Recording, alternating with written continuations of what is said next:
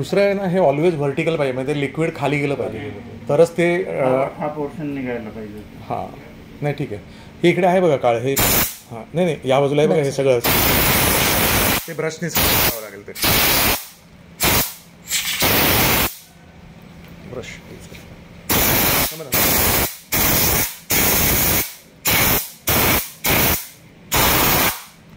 थांबतो.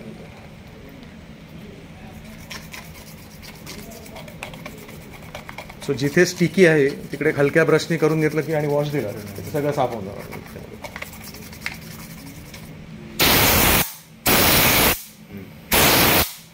गेलं सगळं.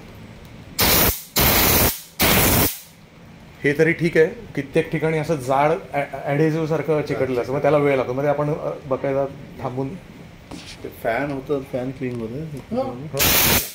हे बघा